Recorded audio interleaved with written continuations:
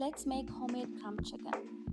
First, I've washed my chicken and my drumettes and I've placed them in a colander to drain out all that excess water.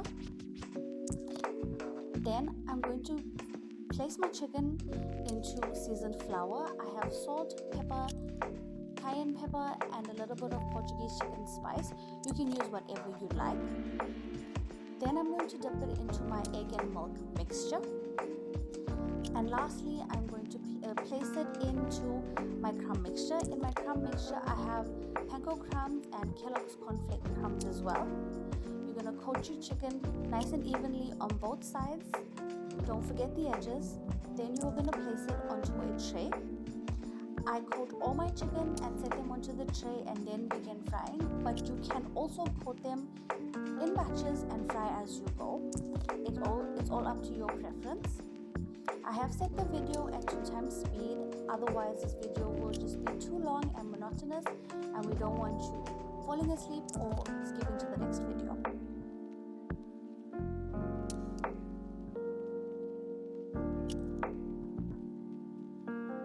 Here is the finished product with all my crumbed chicken, ready to go into the oil and fried up.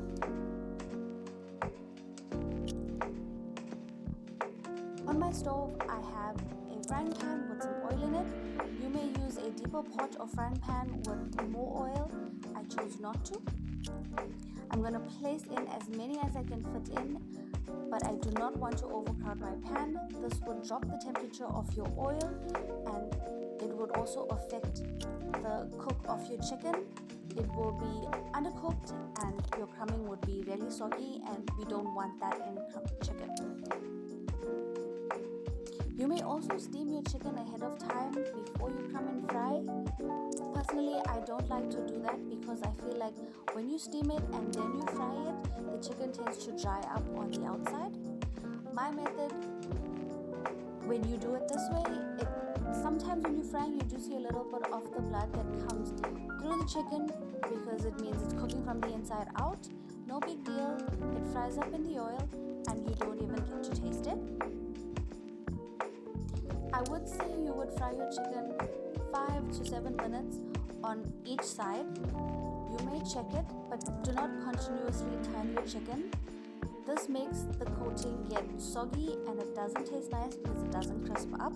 It would also result in your chicken being undercooked on one side and overcooked on the other.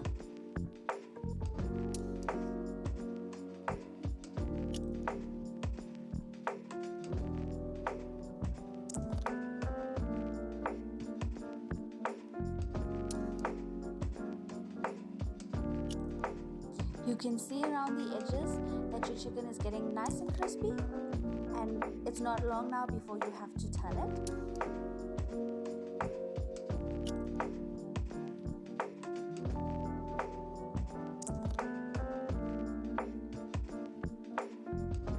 I'm going to now turn my chicken over.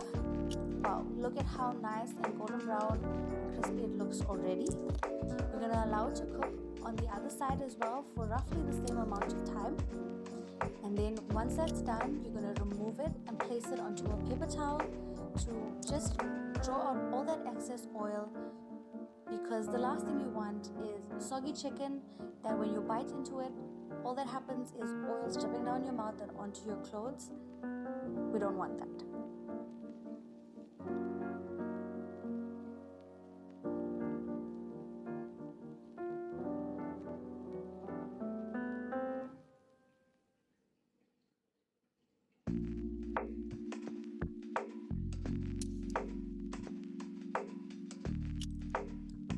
Without steaming your chicken, it takes a little bit longer to fry, but that's okay. It's a trust the process kind of thing, and the end product is absolutely delicious, and you would want to keep this recipe on hand so you can make it over and over again. Because in my house, this is something that's requested at least once a week.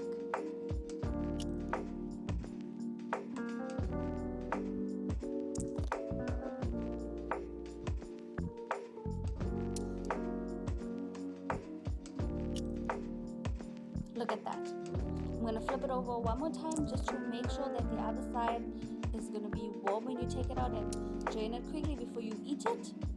and you're ready to go. Because I do not want to warm this in the microwave, it takes away the crispiness of the coating. Now I'm going to remove it from the oil and place it onto my paper towel lined plate, and just remove all that excess oil and get to the good part, which is munching down.